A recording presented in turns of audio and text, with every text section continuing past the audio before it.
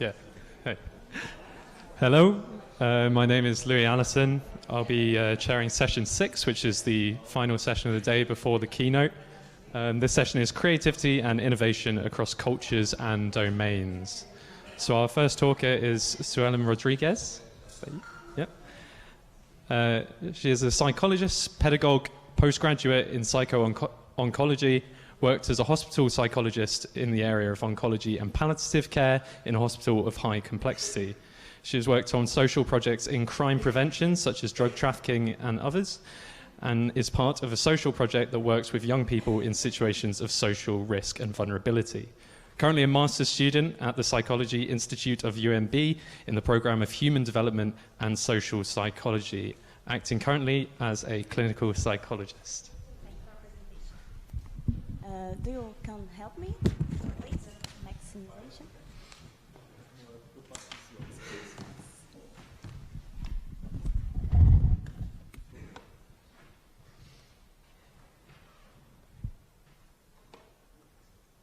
Maximization.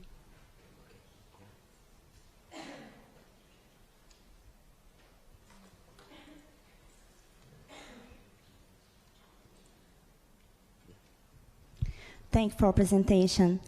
My work is about the process of creativity in the context of social vulnerability.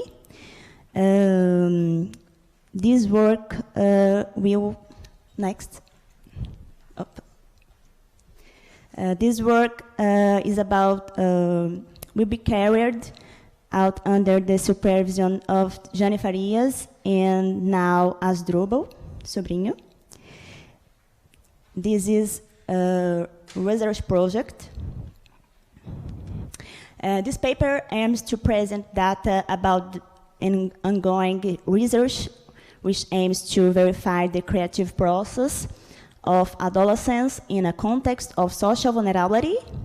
The specific aims are to identify how the process is culturally mediated by actions developed and artifacts produced, and to discuss how it's socially recognized.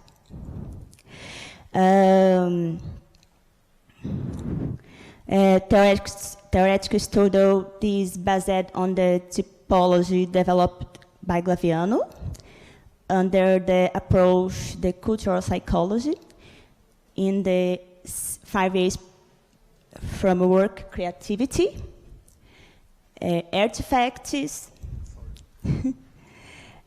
artifact, audience, actor, affordance, and action.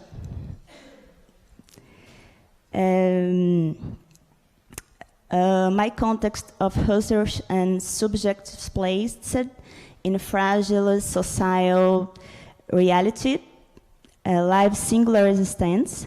This scheme represents people who are exposed to social risk and who are more sensitive to exposure might have a potential impact, and if there is no adaptation capacity, great vulnerability. Next. My motivation for the research, because social vulnerability of adolescents in the Brazilian reality. My motivation, I always works with vulnerability, social, emotional, health, palliative care, etc. And the studies I'm at marginality and transgression in the context. How does the creative process occur in a context social vulnerability? Creativity and perspective. In this case, it's relevant to consider the notion of perspective. It challenges both mentalistic and individualistic conceptions associated with creativity. Is relational. As a result, the actions taken by subjects restrained perceived reality interfere in their capacity of handling adversities, and they can be exposed to diversion, talks. Can this be repeated in my others? In here, I am associated social vulnerability and coping. Resilience in this scenario acts to the subjective uses in order to achieve better quality of life when facing adversities. It involves the context in which it takes place, the culture and the collective responsibility. It gives numerous responses when facing different situations. In these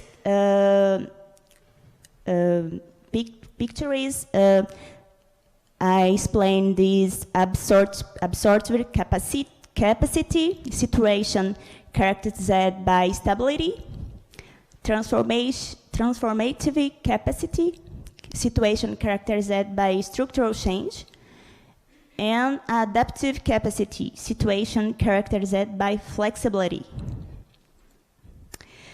My instruments don't are complete. I have intention they used questionnaire composed of open and closed questions about social demographic data in dynamics and family configuration. Focus group, observation protocol developed the basis of this 5 years model, and use of subjective camera to capture the person perspective within activity system. Adversity has important impact on development of creativity, maybe for survival. The 5 years model can offer a more in-depth analysis of these interactions, considering the notion of perspective. In the context of vulnerability, one must consider the person's actions in her social context. Thank you very much.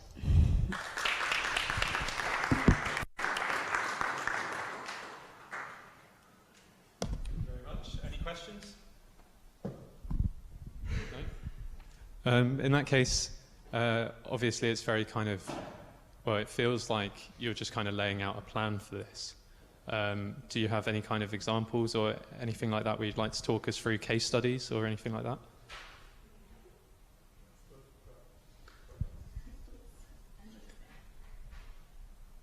Do you want to take it? I don't understand the question.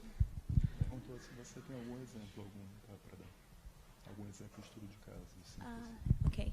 I don't have because I started the research now. It may be nice to hear from you in the future at some point. Yes, she's making the theoretical frame to develop the methodology and the empirical study. Great. Okay, thank you. If we have no more questions, we can move on. Yep.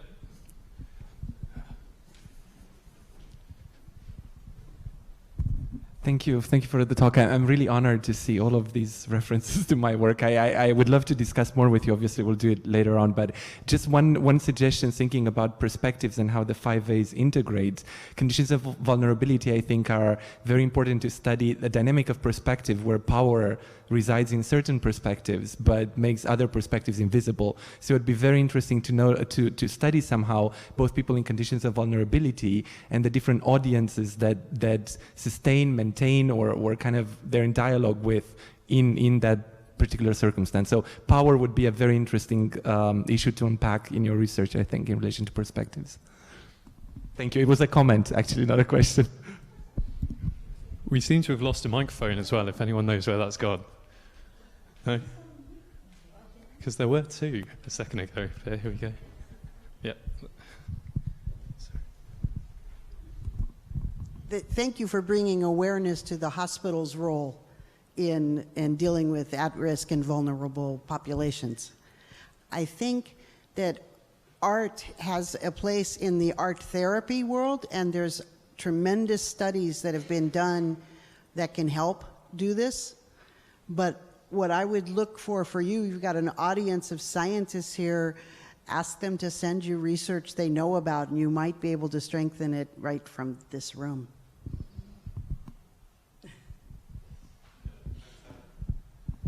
I've just spotted the other microphone. It's by the laptop. Thank you for the questions. We'll move on. Thank you very much.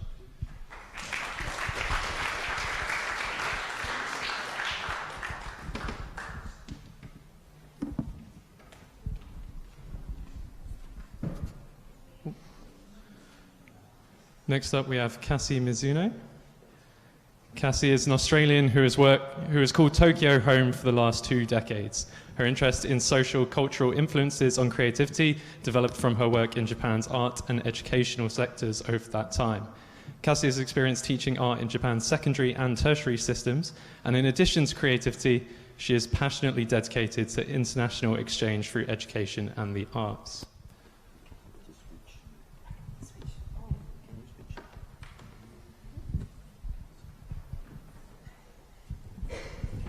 I have a second microphone for you.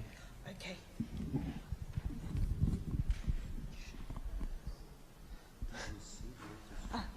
No. Julie, what is I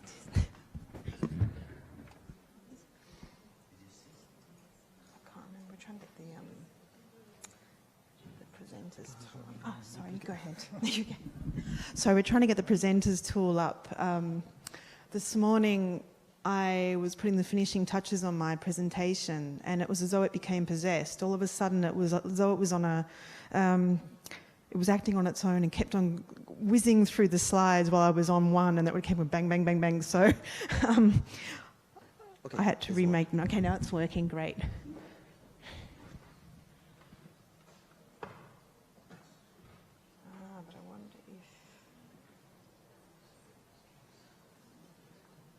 if... Okay, good.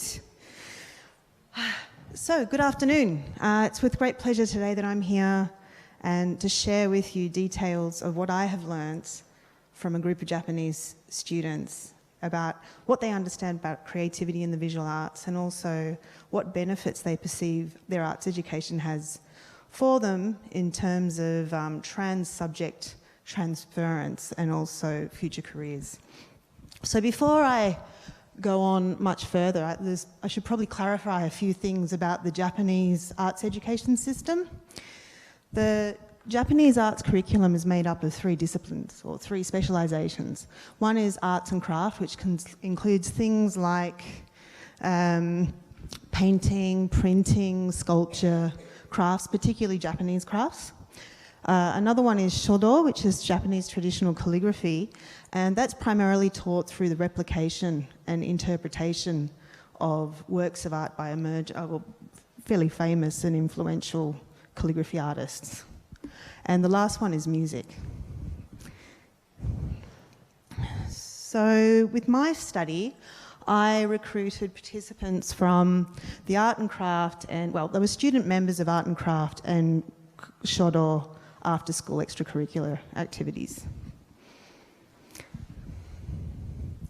So this is a brief overview, well, it's an overview of my research design. And I did go over a few of these details in Geneva, so for some of you, you'll be hearing the same thing, so just bear with me, there is new stuff at the end. Okay. It will be a nice review. So I employed phenomenography, which is a qualitative methodology, and in a phenomenographic study, you generate data through usually semi-structured or open-ended interviews. They tend to be have tasks associated with them that produce tangible output. And in my case, I ran individual interviews and group interviews. So the object in a phenomenographic study is to try and map or systemize the qualitatively different ways a group of people will understand a phenomena or a concept, such as creativity. And how you do this is when you create the questions, you create them in a way so that you can discern how a group of people understand the phenomena from what it isn't, and also locate the qualitatively different critical points of difference in how they apprehend it. So last year at the Creativity Conference in Geneva, I presented my findings in relation to the individual interviews, the first task that I conducted, which was I asked the students to list words that were similar and opposite in meaning to creativity, and collated them into, well, they collated them into individual word maps, but also this combined word map. And in the centre, there are words that in red that are what they listed as being similar to creativity, whereas the words on the outer circle, which are in blue, or not outside the circle in blue, they're what they're listed as being opposite to creativity. And what this revealed was that the students' understanding of creativity related to three broad themes, and they were thinking about something, making, and emotional freedom or a sense of liberty. And however, creativity for these Japanese students was primarily associated with thinking. So analysis of the transcript data indicated the Japanese language, particularly the identical pronunciation, I talked about this in Geneva too, the identical pronunciation of imagination and creativity, even though the characters are different, as you'll see at the top there, seemed to mean there was an overlap in meaning and accentuated the association of creativity with something that happens in the mind and also its relationship to process rather than product or being product orientated. The Japanese cultural norms such as joshiki, which refer to social rules guiding appropriate behaviour and interaction, morality, and also onko chishin, which is a Confucian notion of making something new by through appreciation of contributions of past generations. So these things things seem to be significant in how they apprehended creativity. So today my presentation will focus on the second and third analysis processes that I went to, with an emphasis on how the students related their understandings of creativity in the visual arts to learning, education, and also future careers. So in a phenomenographic study, as I said, you try and locate the critical points of difference in how, well, the qualitatively different ways that the group will understand a phenomena such as creativity. And these critical points, once they're organised into categories, which they're called dimensions of variation, the critical points of difference, sorry, I'm kind of going over and over things, aren't I, are called values.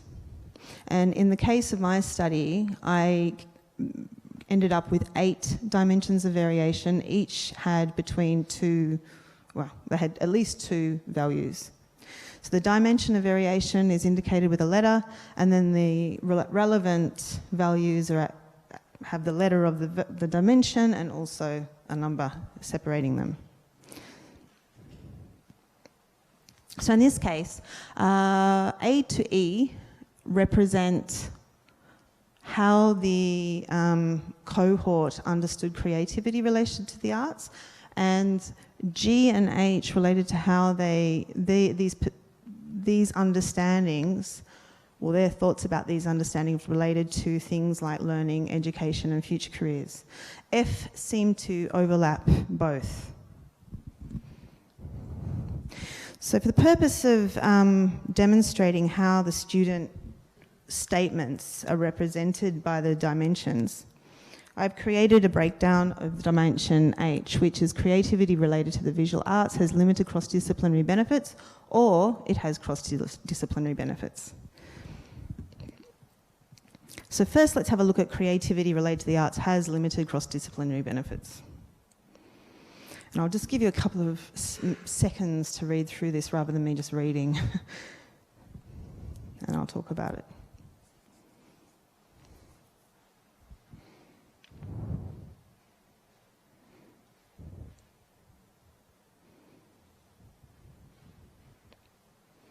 So some students felt that creativity related to the arts had limited cross-disciplinary benefits. And this was due to them associating creativity primarily to drawing skills or other technical aspects of making work, which limited its cross-disciplinary benefits. While 2 of the students felt that creativity related to the arts did not have future career benefits outside of arts industries, 1 student felt that it did due to its association with thinking about many things. And I talked about this student in Geneva. He listed making as being opposite in meaning to creativity. So we only have a very short time. If you're interested in that more, I'll talk about it at the end if you so wish.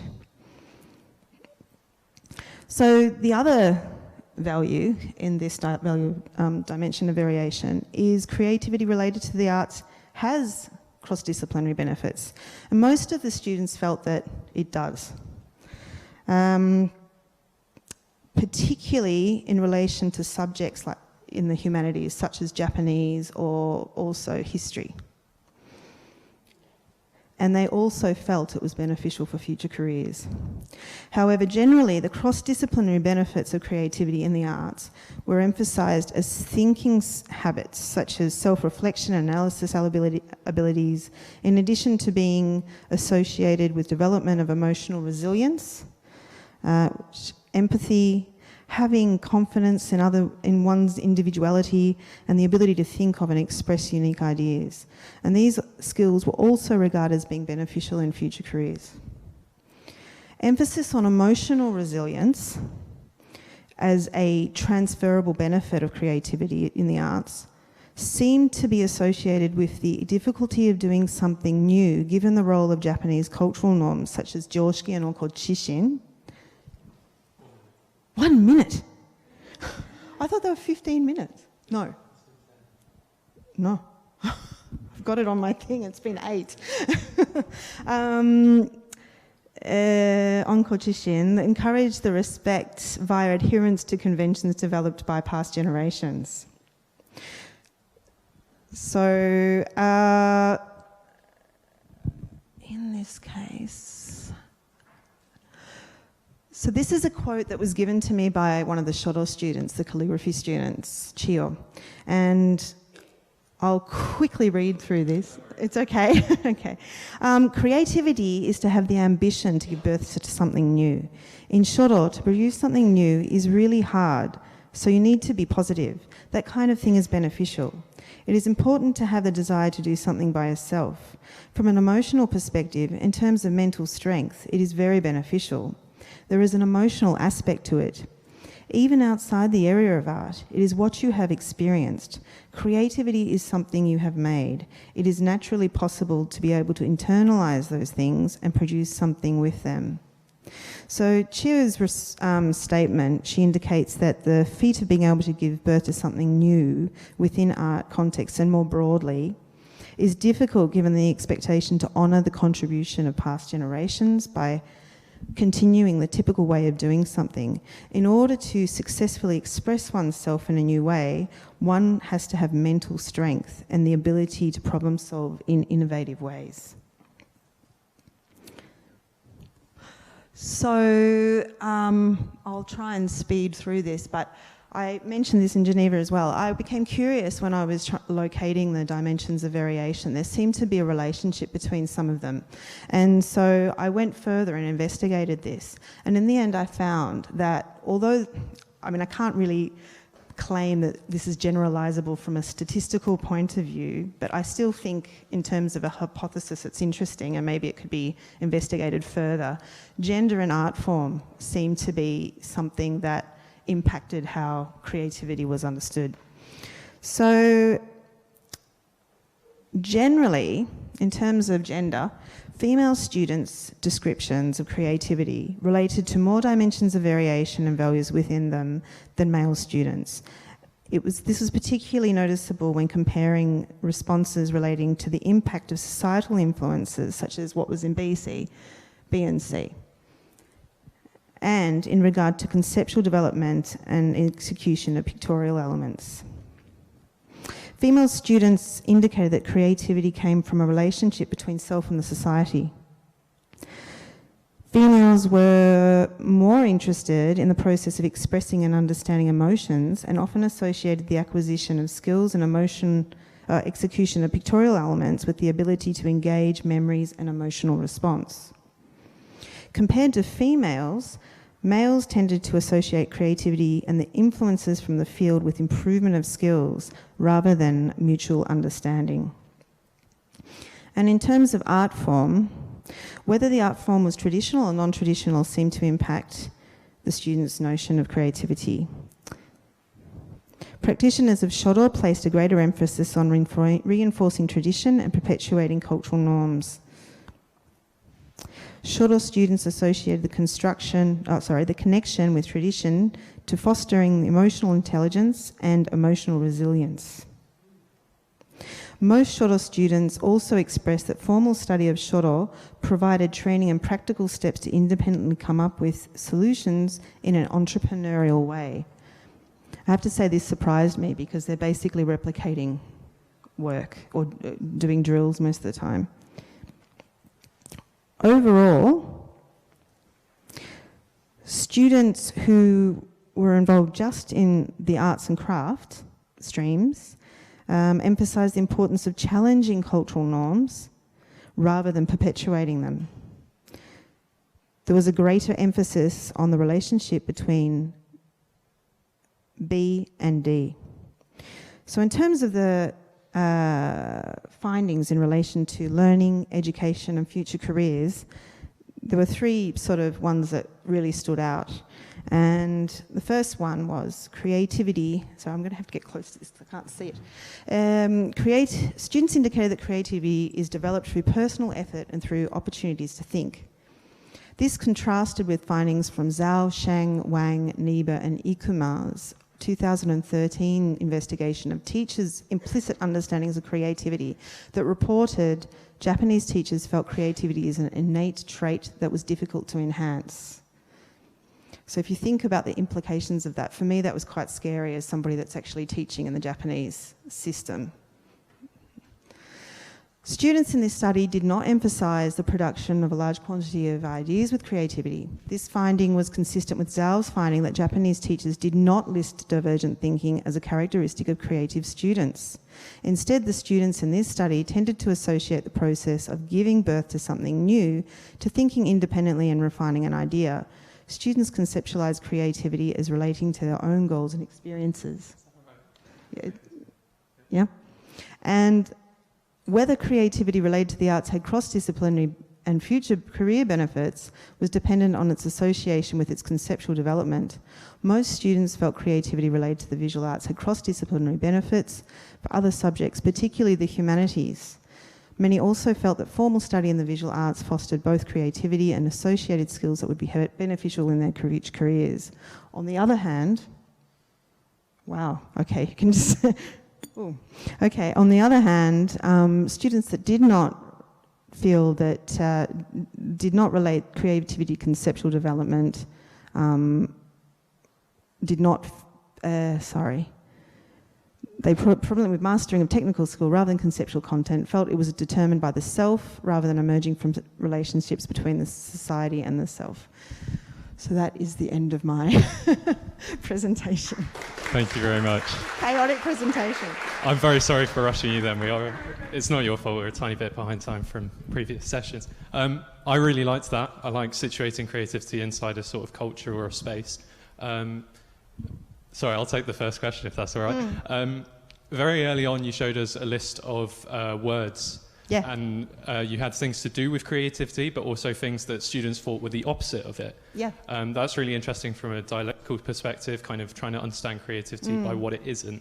Were there any words there that you thought were particularly telling in terms of what creativity isn't? Well, I mean, the idea that making was, it constituted the opposite of creativity. I said this in Geneva, kind of blew me away. And I was a little bit confused at one point, and he definitely knew that I was talking about creativity as opposed to imagination because I presented all of them with the questions and I made a point of re-pointing. I mean, this sort of thing. He explained to me that for him making was leadership. And this interviews were really interesting in that we ended up talking about a lot of personal things that were not related to art many times. In his case, he wants to be a surgeon, and he understands creativity to be more related to having the knowledge and be able to choose which tool is appropriate to take on a task rather than the actual execution of the task. Great, thank you. Any more questions? No? Yeah, okay, one more. The final one. Thanks very much for your interesting talk and everything. Yeah. Do you think that the expression, the perceptions of creativity as expressed in your interviews were culturally related in the sense, yeah? Because, you know, I was thinking, is it a Japanese there or could it be anyone? You know, this is what I would like to hear. What do you mean? I'm not sure I understand. You know, if there's a way that they define or perceive creativity completely different than the Western world or, you know, the European world. Well, I mean, I'm fairly new in this area, so that's why I just really concentrated on what Japanese literature said, and it seemed to me there was this recognition that there's a difference in how creativity is understood, and perhaps methods we've used to measure creativity or explain creativity up to date have not been entirely fair or disadvantaged, particularly people from East Asian cultural backgrounds. So I think, and one of the things that I liked about this method was the need to delimit the definition. So rather than just saying, well, this is what creativity is, this is what it isn't meant, I could kind of see where it differed from other cultures, what I'd read. But yeah, I think it's different. Thank you very much.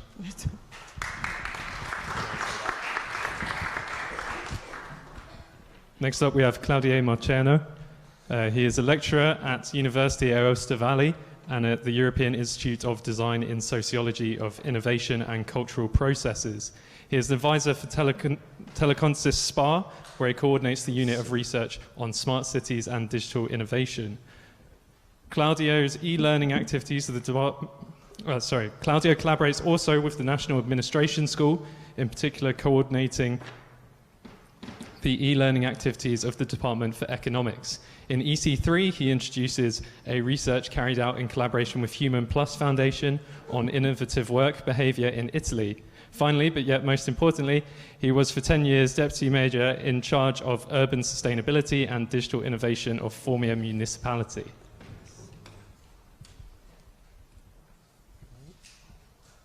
Are we set up? Okay. Someone can help me.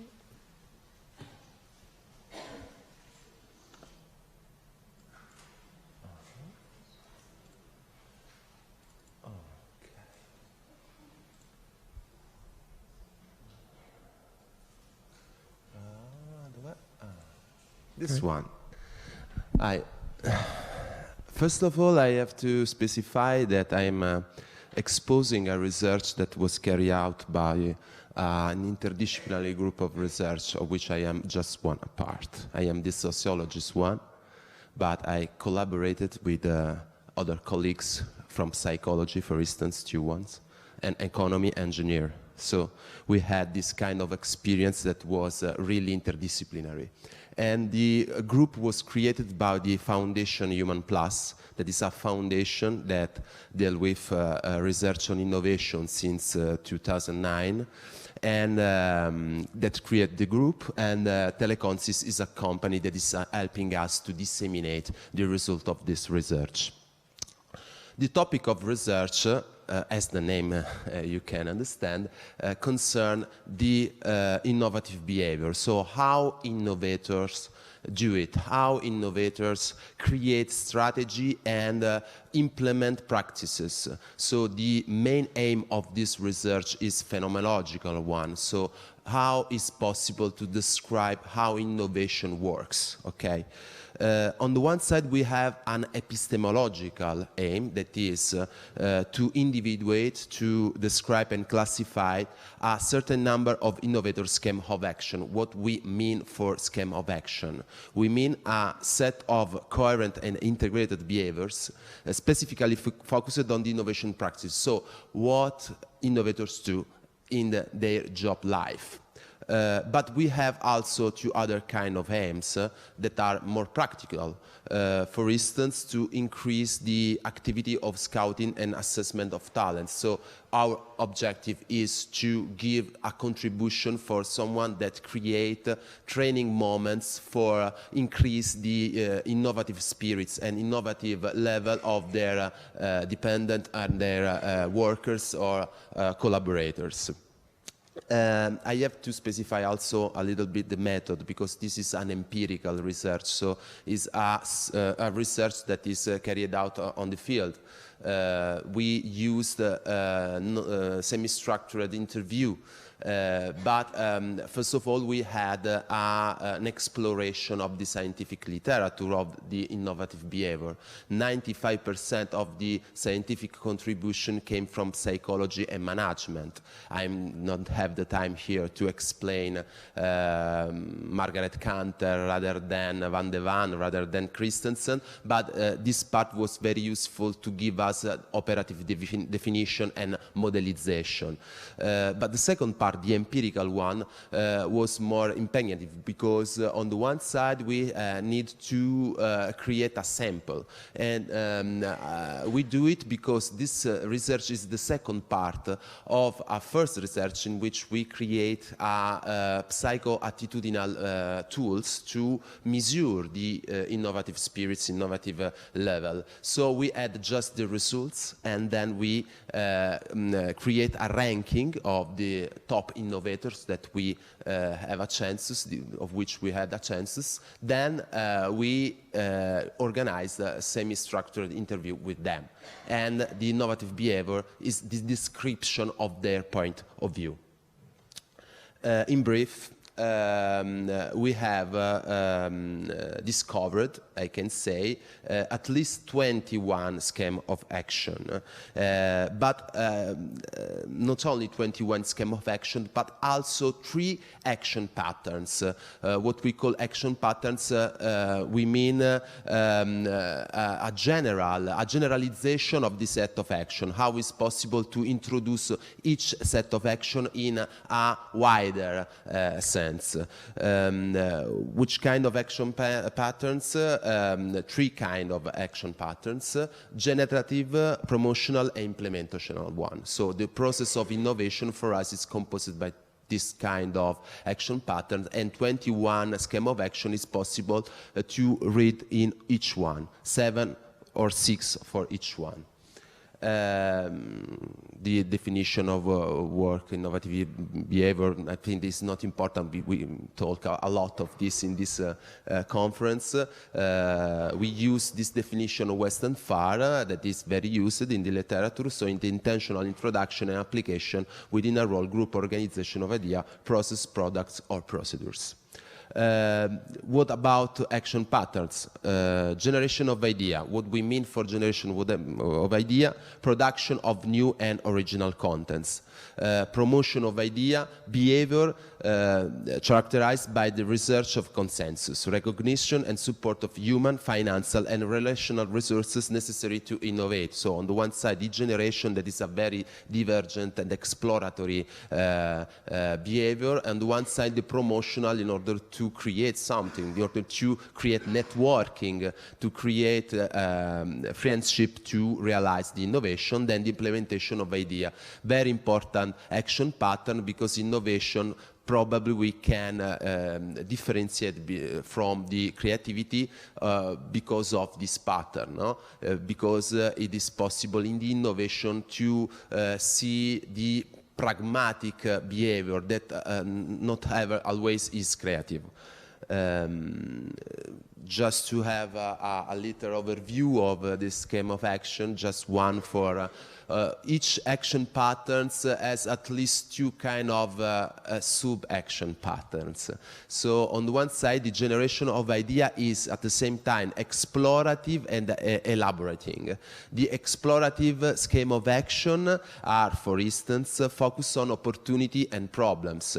There is an attitude, an explorative attitude aimed to identify identify opportunity or criticalities allowed by social, technological, cultural change rather than by unsatisfied demands. For instance, yesterday we were, in this research, we interview a person that is applying IoT, Internet of Things, to agriculture, so to connect different fields, or unfocused exploration or recon of context.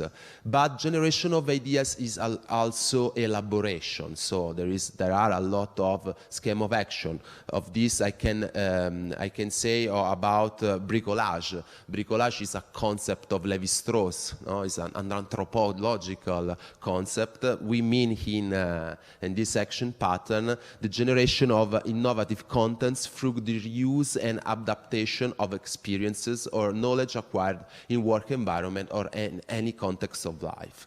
This is exactly bricolage in the linguistic way or in the pragmatic way at the same time.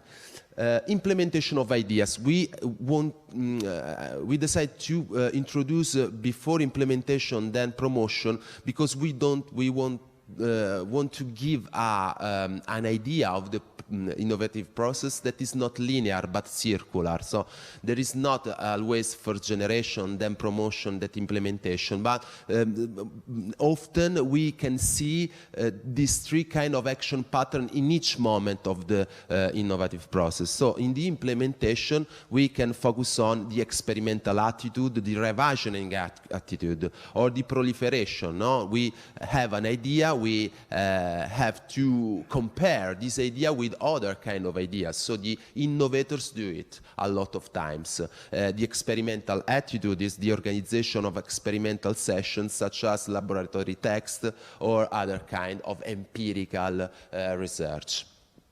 And then I have to ask you, sorry, but I forgot to translate from the Italian the last two, but I can read the simplification. I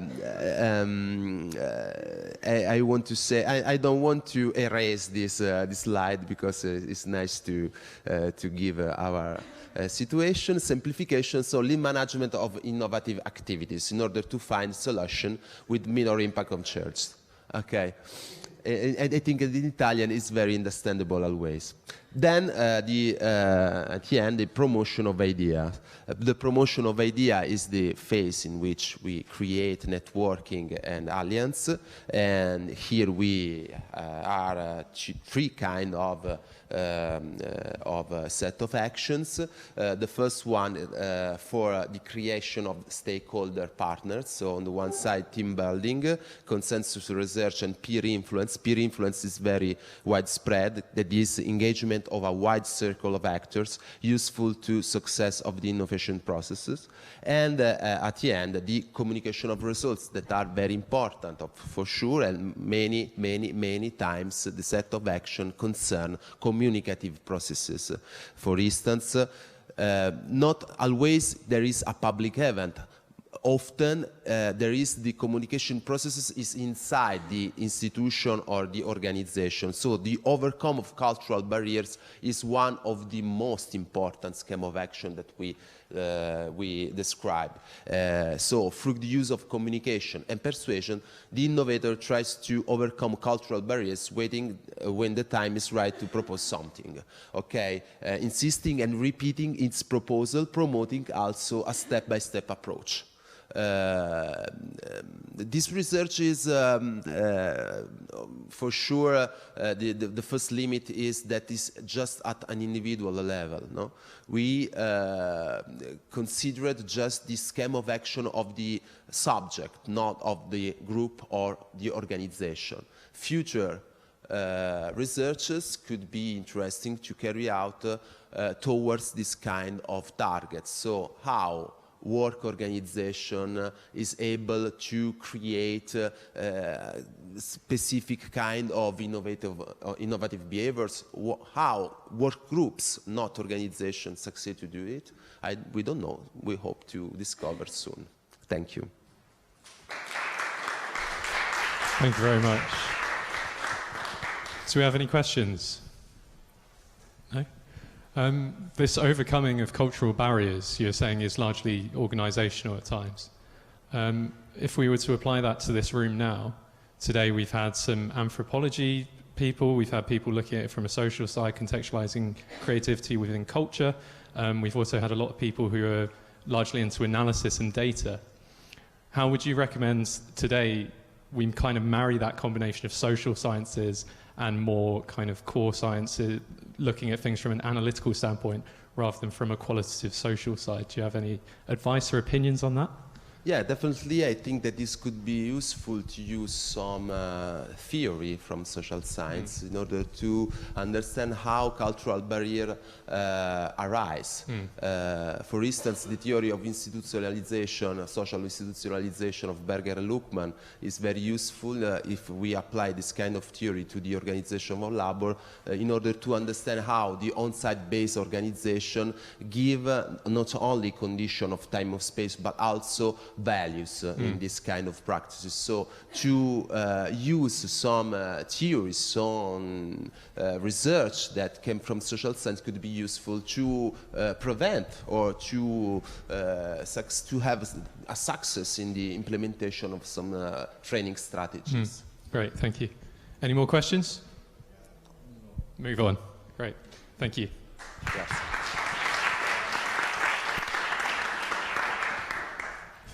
Finally, we have Massimiliano Palmiero, who is currently a contact lecturer in educational psychology and general psychology at the University of L'Aquila, Italy. He got his PhD at the University of Rome Sapienza and has been working in Japan and India as postdoctoral. His recent publications range from creativity to navigational working memory in adults and children.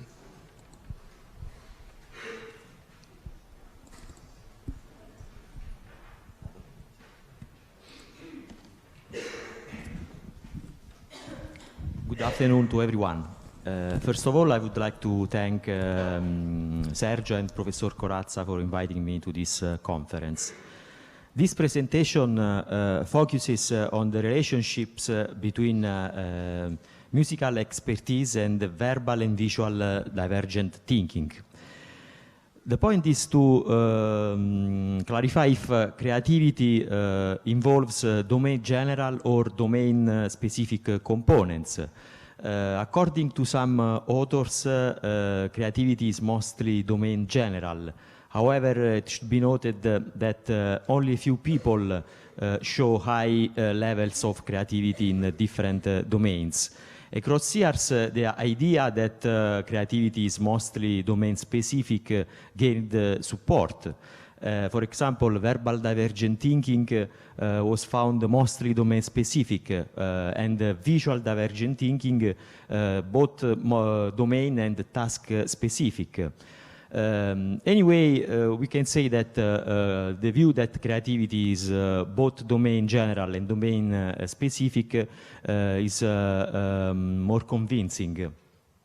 For example, in a meta-analysis focused on musical, verbal and visuospatial creativity, it was found that these three forms of creativity activated both general,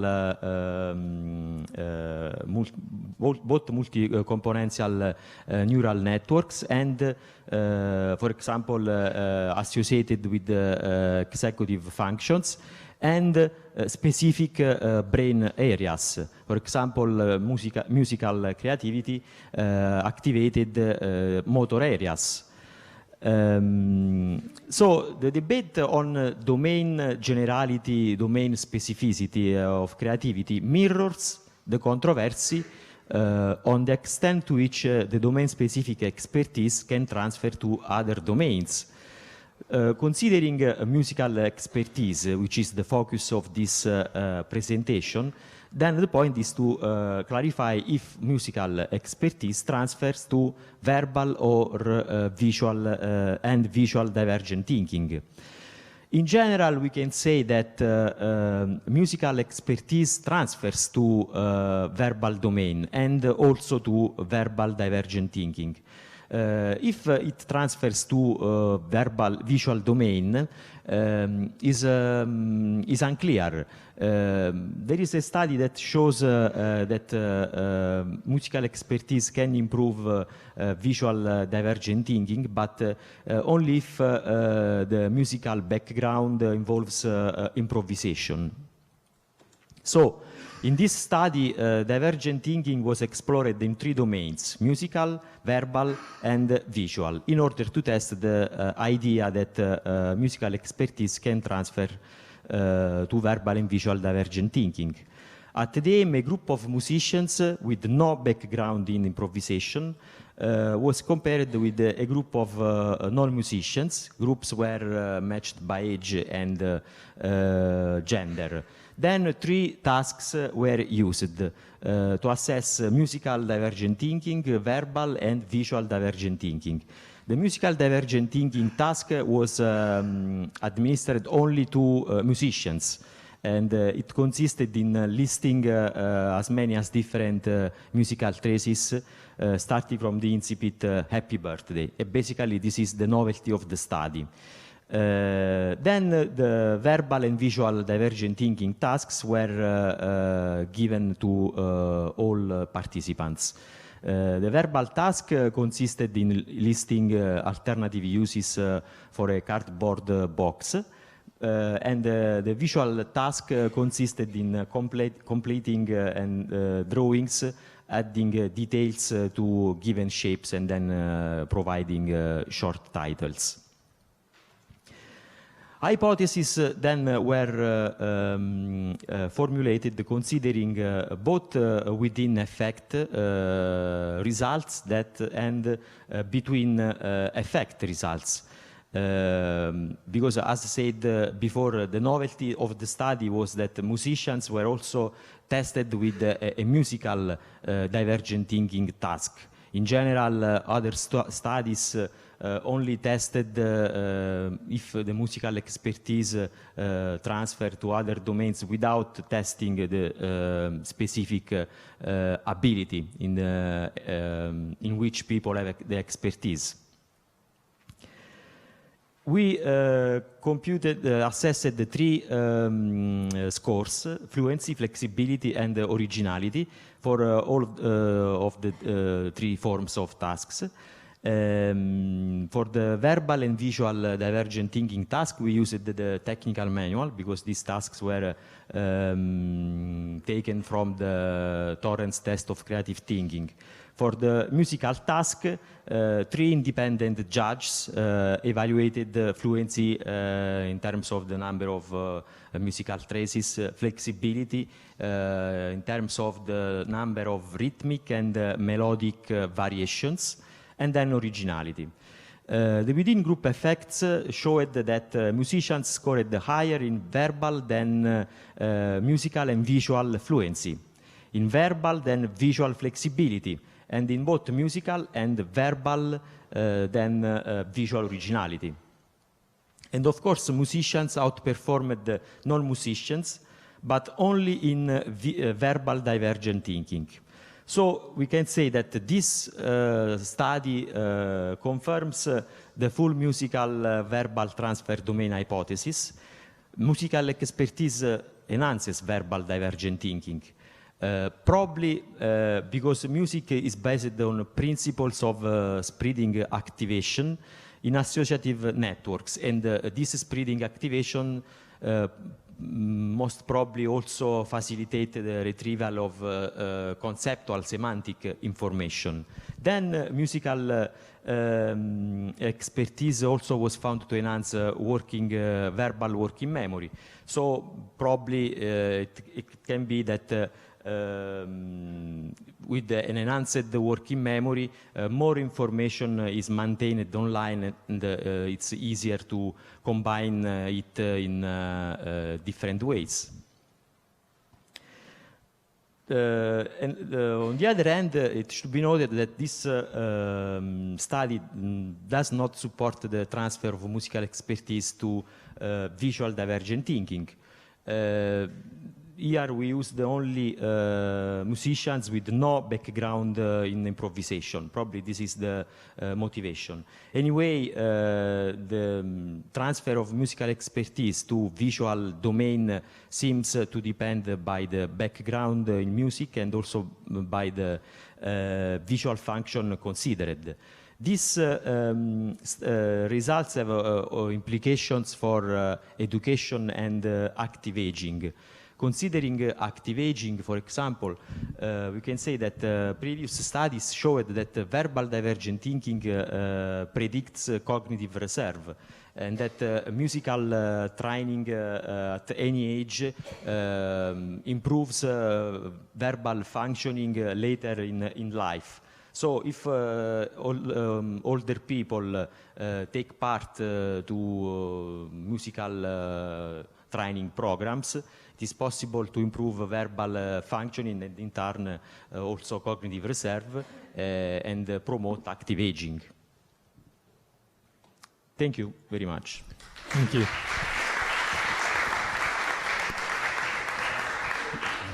Any questions? No?